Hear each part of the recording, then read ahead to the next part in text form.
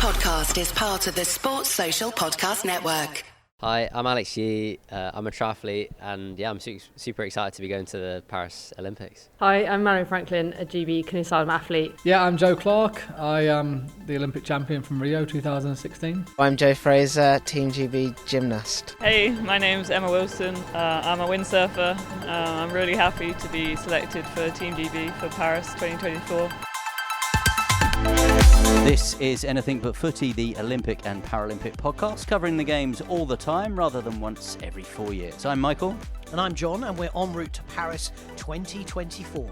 And another stopover for us. We are now 3 weeks away, and we're at the London Stock Exchange as UK Sport reveal their own markets. Yes, we now know the medal targets, and it's a medal target range for Team GB and Paralympics GB for this summer. We'll run through all you need to know, and with the latest and last Team GB squad announcements too.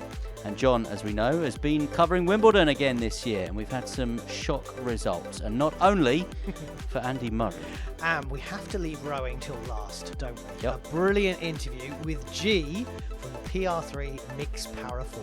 Hi, my name is Giedre Rakauskaite, but everyone calls me G. And stay in touch, see what we're all about anytime. You can just search for Anything But Footy on social media. You can find us on all the platforms, or you can find us through the website anythingbutfooty.com. So another away day for us, another school trip, another bit of time. Nice, isn't it? Bit of time on the trains and on the roads. And you were like, I'm going to walk in and go, buy, sell. I thought I was going to get the new Chancellor of the Exchequer, Rachel Reeves, the sack by going into the stock exchange and shouting some erroneous business information that would have caused some kind of stock market crash. But I chose not to. Probably wise, yeah. And the reason we were there, we were hearing from Team GB about some of their operational procedures during games time, stuff that will be important to the likes of you and me in terms of doing our job. But we were also hearing from UK Sport, and the headlines from UK Sport, they are targeting at what they describe as a breadth of success at British Olympic and Paralympic performance aspirations. Medal range of 50 to 70 for Olympic sports, and 100 to 140 for Paralympic sports confirmed. And the desire is to remain among the leading nations in the breadth of sports we medal in. So podium performances in 18 Olympic and 18 Paralympic sports in Tokyo. And the ambition is to once again secure a top 5 medal position in both medal tables. Now, this has all come from UK Sport. They're the UK's high-performance sport agency. They've confirmed those medal expectations. And afterwards, I spoke to Team GB chef de mission, Mark England. We're going to lock it down on Thursday, Friday of this week at 3:27. So good numbers.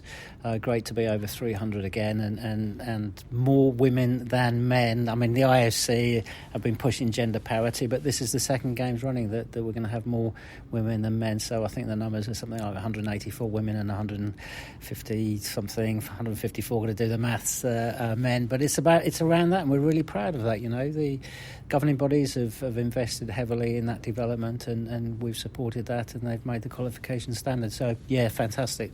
And lots of really big female medal hopes on Team GB as well. Yeah, I mean, lots of returning Olympic champions, you know, so Charlotte Dujardin, Jade Jones, you know, Sky Brown as a bronze medalist at the age of 13, Helen Glover's coming back into the team, Bethany Shriver, Charlotte Worthington, you know, they're just the numbers and the names just keep tripping off the tongue, you know, and I'm sure I've missed many, you know, but in track and field as well, we've got some really, really exciting talent that's come through, you know, Molly Caudry, world number 1 at the moment in the pole vault, Keely Hodgkinson, silver medalist from Tokyo, looks great. Phoebe Gill, age 17, you know, I'm sure she'll give Keely a run for her money across the 800 metres, you know. So, I mean, across the board, it's just been wonderful. And we're going to hear about medal ranges today. How much do you get involved in what that medal range will be and where you hope those medals are going to be won?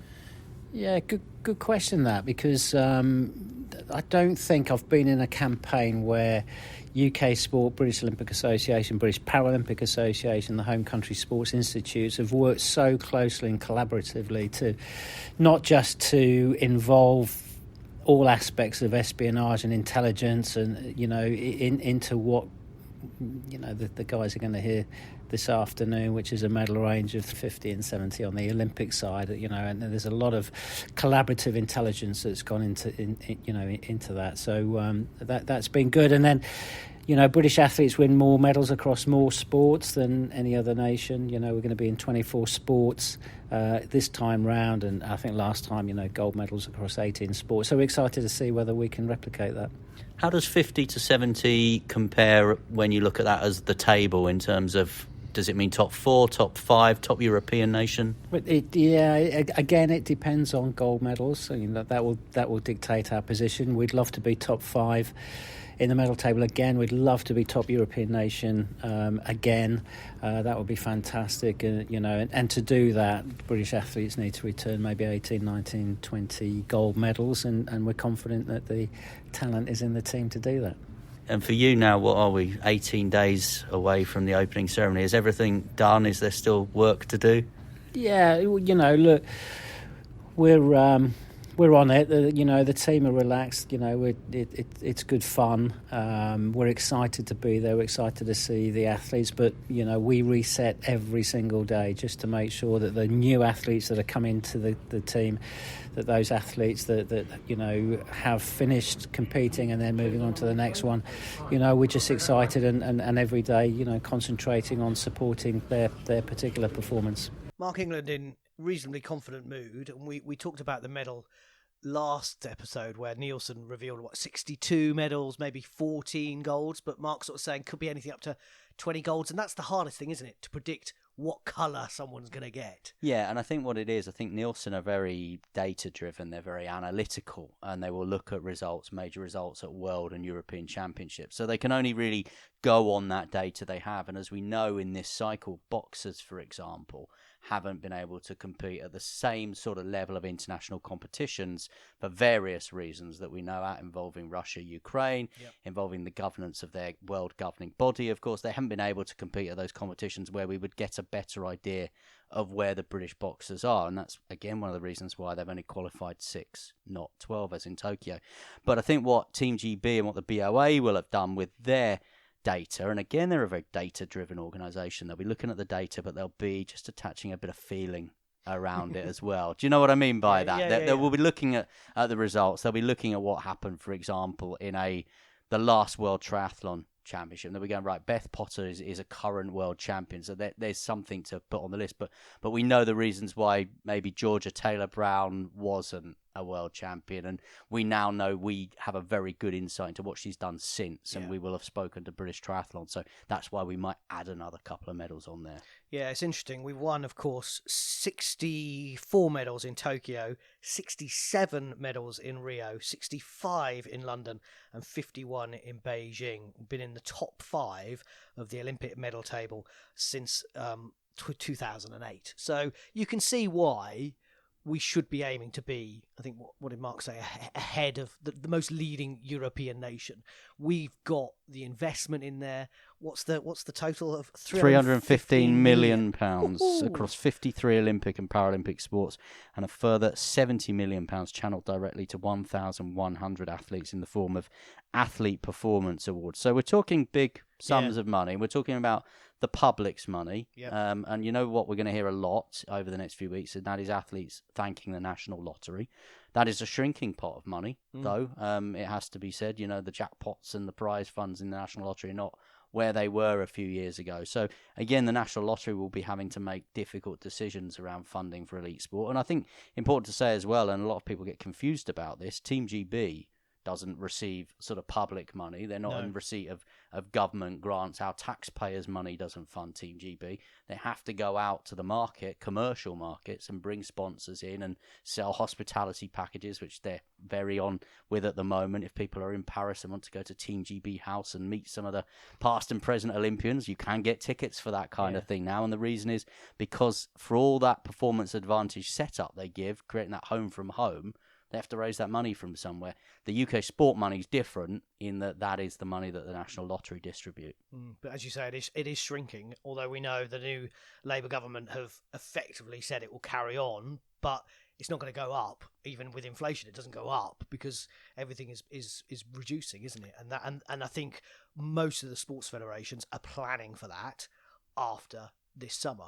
They kind of know what they're going to get in September. And I think just interesting as well, a couple of those nations in and around the UK in terms of that medal table will have invested heavily because So Japan, France, Italy, Yeah. have got Olympics to come. Yeah, Japan will have invested very heavily ahead of Tokyo, and of course they saw that little push that you always get as a host nation, and there will still be a knock-on from that. Whether they can do what Great Britain did and increase their total is something else to be seen. Then you get, as you say, Italy and France, who are hosting the next summer and the next Winter Games.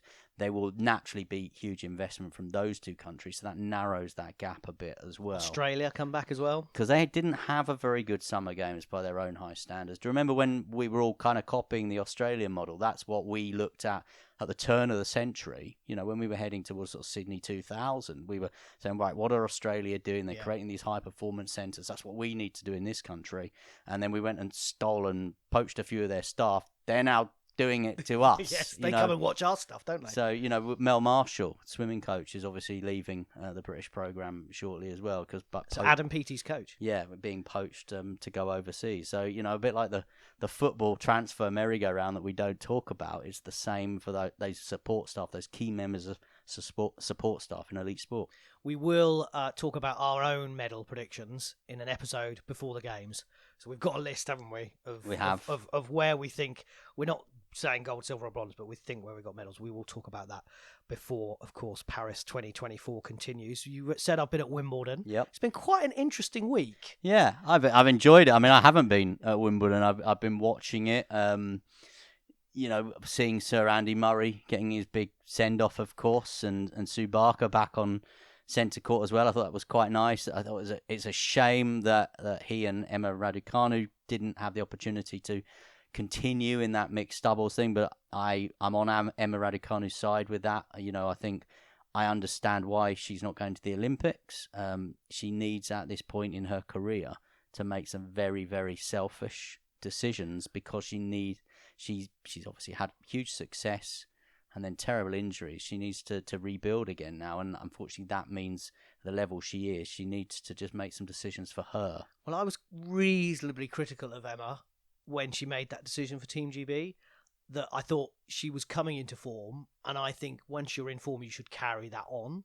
But I think she's shown, as you say, she's made a decision about the Olympics. She wants to focus on the hard court season for US Open. She wants to go back there and try and rekindle some of the form that she had. And I think actually what she's shown this week at Wimbledon is, look, I know what's right for me. And she's getting to the point. It's a bit like when Andy Murray got to the point where he knew in his body, I know how far I can push it. He would have pulled out of a doubles competition if he was in the fourth round of Wimbledon in the singles. When he was coming through, and we saw, as you saw, some amazing pictures of him as a youngster, remembering when he burst onto the scene at Wimbledon. Tim Henman was still around, and Andy saying, yes, I'm the next big thing. And even at that point, if he'd have got to a singles in the fourth round, like Raducanu, he would have pulled out of a double. So I think anyone who was criticising Raducanu for that is wrong, because I think what she has shown is that she now knows when her body's working. In that match against Sun, she was coming back in that third set. She was in that third set until she got injured. Turned her ankle, and I think that was the turning point. Yeah. There was that lengthy assessment delay, wasn't there? And then obviously you got the 3 minutes for the medical timeout, and she just wasn't quite the same in terms of, I think it was more, not so much the way she was playing the physicality, but just the momentum. It was going with her at that point. Yep. And I think if she hadn't had turned her ankle at that point, unfortunately, I don't think that is a serious injury that will require the sort of treatment that she's had on some of her other injuries. And I noticed the scar on her wrist, for example, which I'd never spotted before, but I've noticed on the TV coverage this week. I don't think it's anything like that level of seriousness, but I think without that injury, we probably would be talking about Emma Raducanu having gone another step forward and gone into the quarterfinals. And she beat a player in the world's top 10 for the first time in the earlier round. She went further than Harriet Dart and Katie Bolter. She is on the comeback trail, and that's all you want to see. And there will be a lot of people who will be knocking her and saying that she should have done it. I think you look at some of the responses we had on social media where people were saying, she's let Andy down, she should have done it. I just think if you are a world-class sportsman now and sportswoman, in your own mind what you should be doing. And I think she's maybe proved that she's got more resolve than maybe some people give her credit for, even though she is a US Open winner. Just on that, though, I think it's a shame she's been knocked out, because I think the women's draw is wide open. Yeah. With Schwantek being knocked out, on Jabeur, last year's finalist, getting knocked out as well, it does feel like there's an opportunity there in the women's game. Coco Gauff also getting knocked out over the weekend as well. Another disappointing Wimbledon for the world number 2. Expected her to go and get to the final this year, which is a huge shame for her. But there is an opportunity, and you do often see it in the women's game. In the men's game, you've still got your big names in there, with your Alcaraz, with Sinner, with Djokovic. So, we will see over the days to come who is going to be Wimbledon champion this year. But it has been a different tournament. I don't think the weather's massively helped as well. It hasn't felt particularly summery. It's been pretty miserable. It starts off glorious. It's like this morning, we were walking to the London Stock Exchange. There's like a cloud in the sky. You could come out 2 hours later. We got rained on, didn't we, as we crossed the River Thames? I said it was like Independence Day. I felt like a big black ship full of aliens had landed or was about to land over London. Yeah, I mean, the summer's not helping the tennis players. It's not making Wimbledon, by what I've seen, a classic so far this year.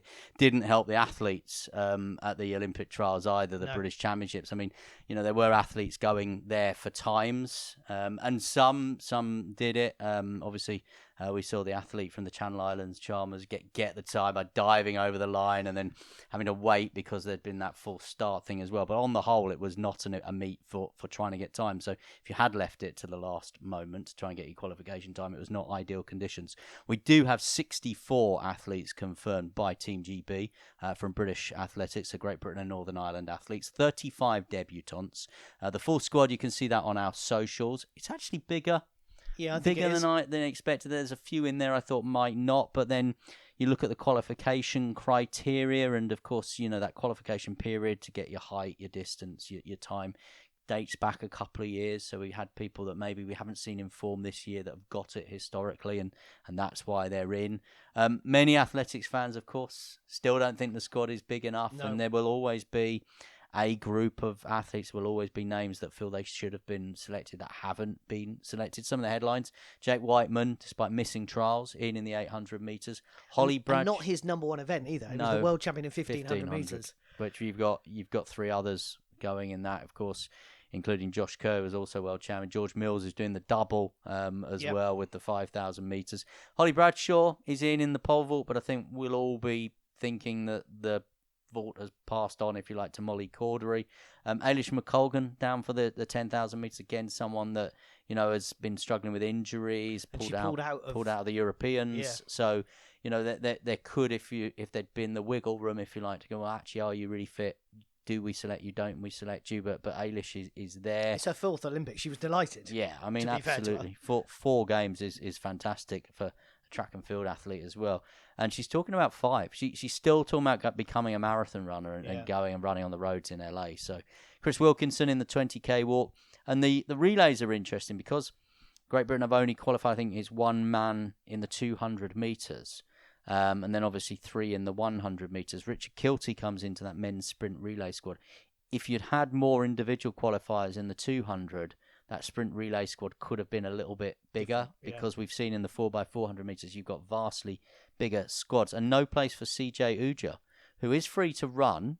I mean, so we're not in the situation that we were back in the days with Dwayne Chambers, where there was like this BOA bylaw that said you couldn't run at the games. Is free to run after the drugs ban from Tokyo. Finished 3rd in the 100 metres. I mean, bear in mind, Richard Kilty finished, I think, last in the 200 metres. Yeah. Kilty in, Ujar out. Yeah, that's an interesting one, and you do look. You've said it on the last episode that these performance directors make the decisions, and you will judge whether they're the right decisions in 5 weeks' time, 3 weeks from the games. In 5 weeks' time, it'll all be over. They'll judge those decisions now. But you do wonder whether what happened in Tokyo, where Kilty lost his silver medal in the 4x100 metres because of the actions of CJ Uja, whether that has something to do with it. I'm not saying it did, but it feels more like an emotional decision rather than a clinical decision. And then when you look at other people who've been left out, it's been very clinical. You haven't got the qualifying time despite just missing out, but you're still not going to go. Yeah, I mean, I don't know, but I could speculate that with the relays, and we know now that the likes of Darren Campbell works with these relay teams, and we know that they don't just rock up anymore and expect to get the baton round, because for many years, they didn't do it at the Europeans, did many they? championships that doesn't work. So maybe at one of the training camps that they've looked at the changeovers and who the best teammates and who fits better as the team. So actually, if you don't get the baton round, it doesn't matter how fast CJ Giedre is. If you can't get the baton to him, there's no point having him there. But if the team is selected because the coaching staff, the performance staff have said, look, this is the quartet, or these are 4 of the 5 that we know will work and get their baton round, that could be a technical reason why he's in. Is why you know, to go back to football, you wouldn't necessarily always pick the best 11 players. You have to pick the best 11 players for the positions they play in. Yes. Put a bit of balance in the team, and maybe Richard Kilty offers the balance in the team. That's fair. This is Anything But Footy, the Olympic and Paralympic podcast. We're preparing for Paris. Oh, so are Team GB. So do stay with us for the last team announcements. This is Anything But Footy. We're en route to Paris 2024. We now know the makeup of the rest of the British cycling squad, confirmed by Team GB for the Games in Paris. 12 new names, 7 Olympic champions and medalists, 5 debutants. So we have a 30-strong squad across all the cycling disciplines: track, BMX, road race and mountain bike.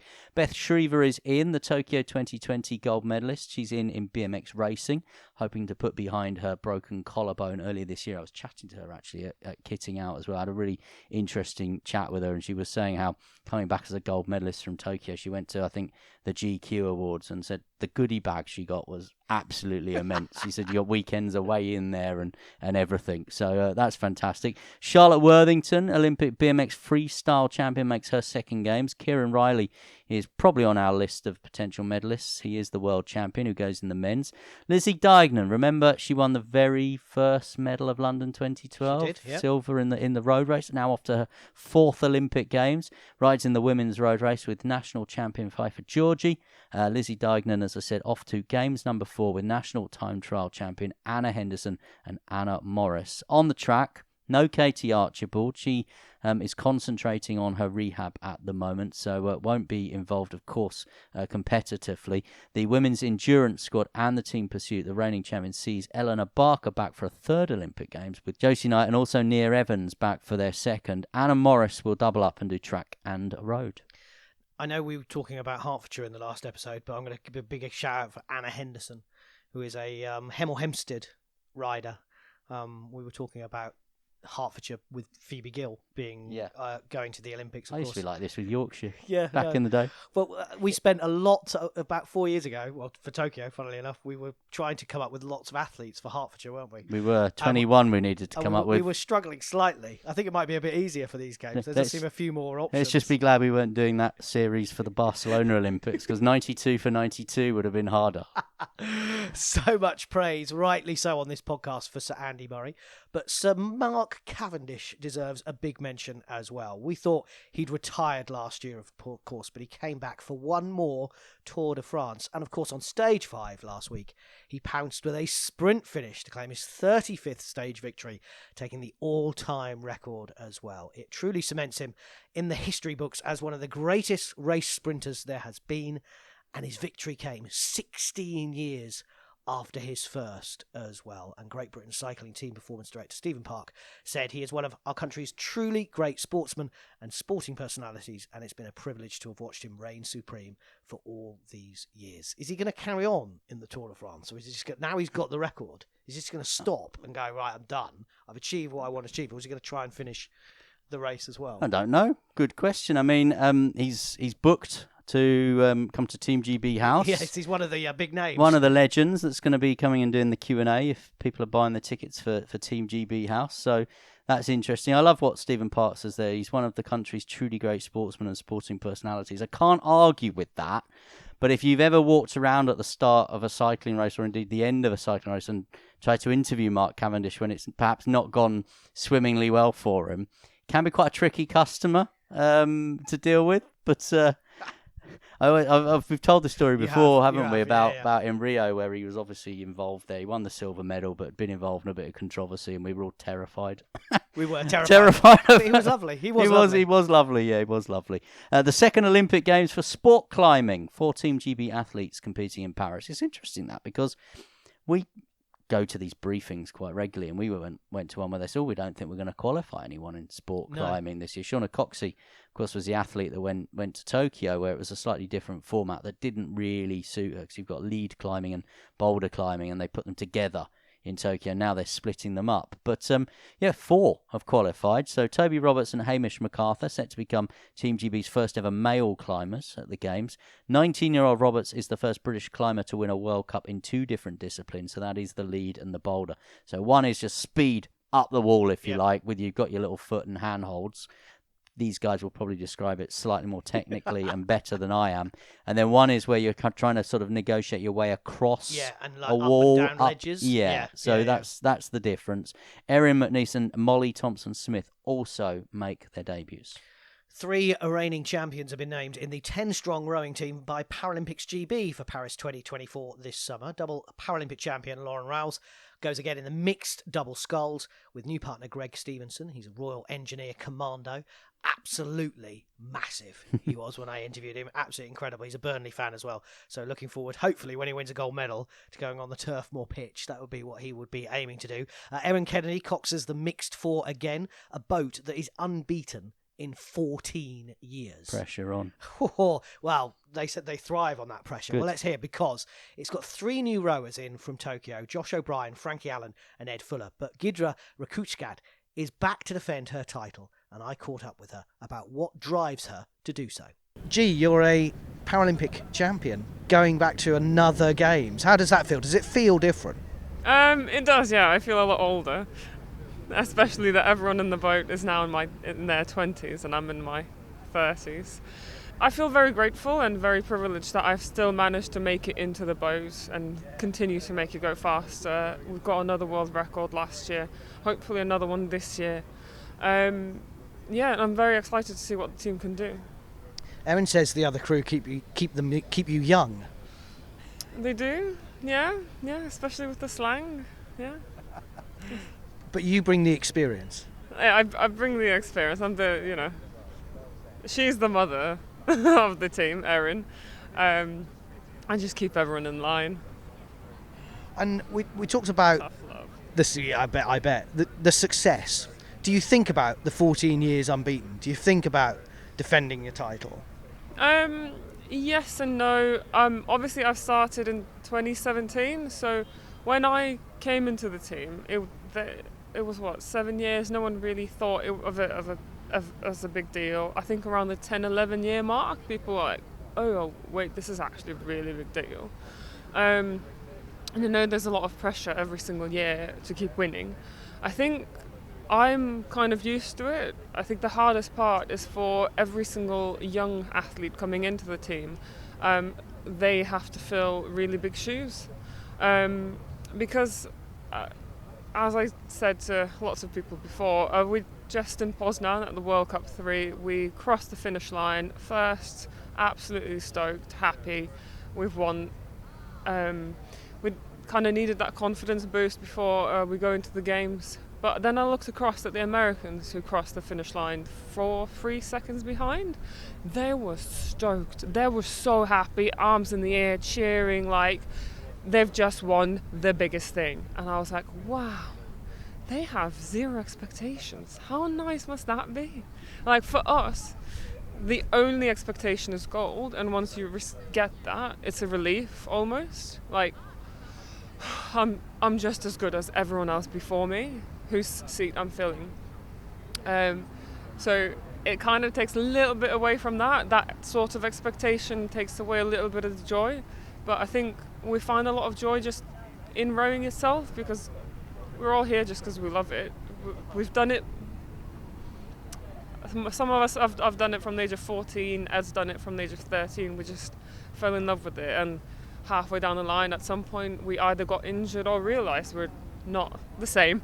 You talk about the relief when you cross the winning line. Is that what keeps you going to the next one? Because you want the next achievement?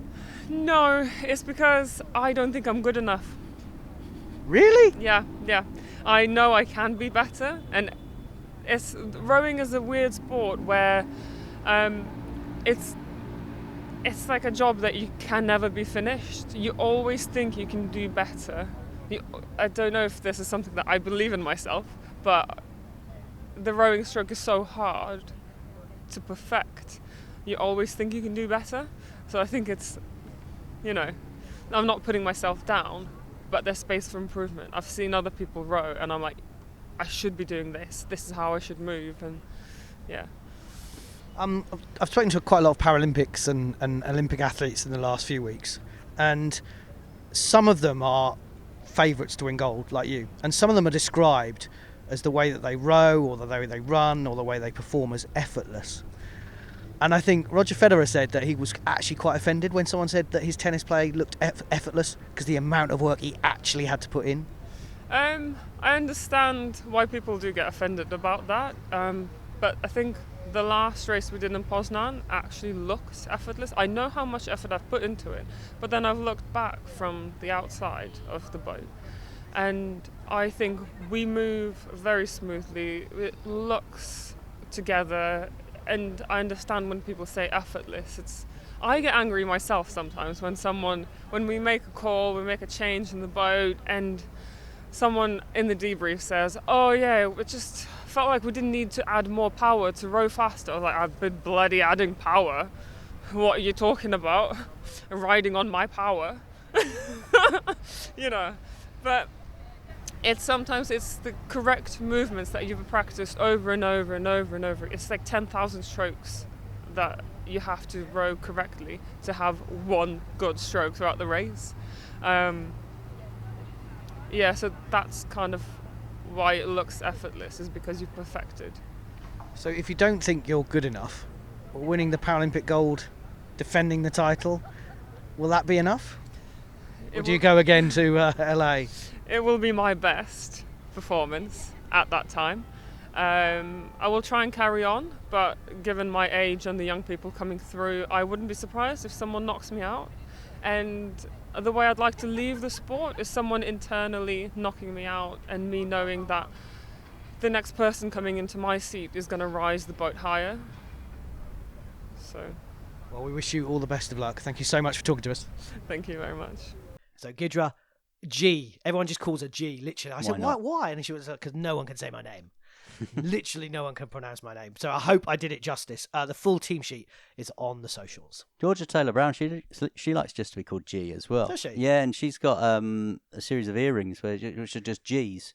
She's got about 3 in each ear, which I noticed when I saw her kitting out as well. She likes to be known as G too. In our other news from the Games, the Olympics is going ahead. It's not going to be cancelled. The rather random email and statement from the IOC media team came last week to say this. There is, of course, a little bit of uncertainty in France, certainly as we record, the elections there have been taking place over the weekend, and there was a significant amount of public disturbance in Paris.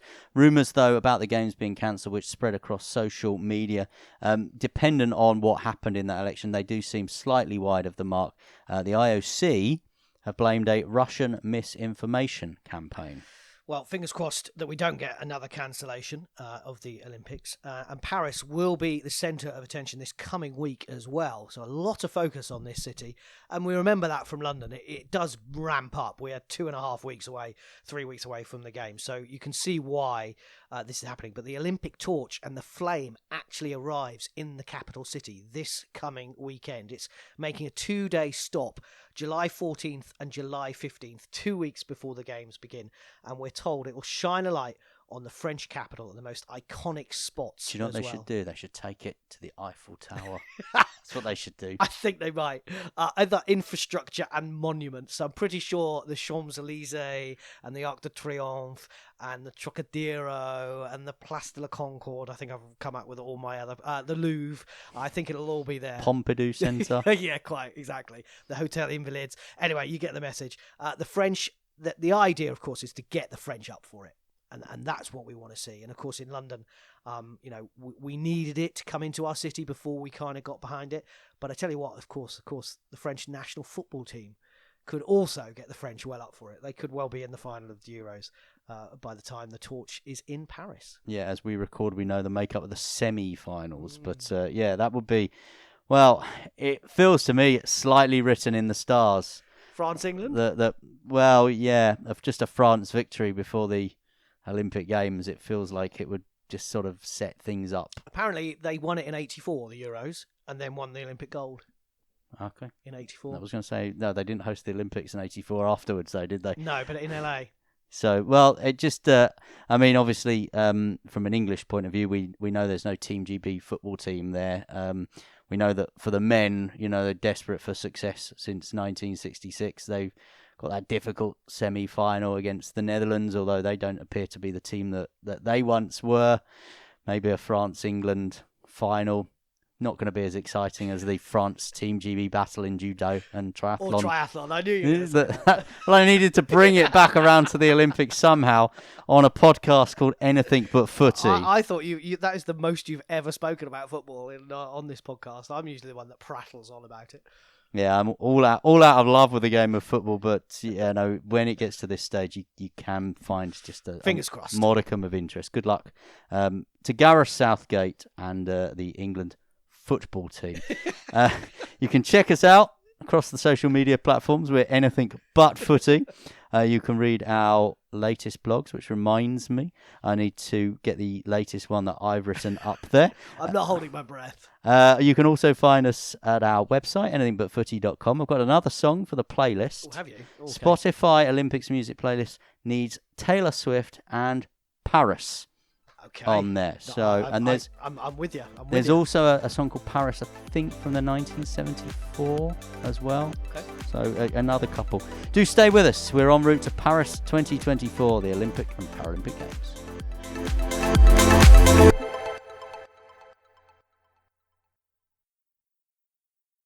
Sports Social Podcast Network.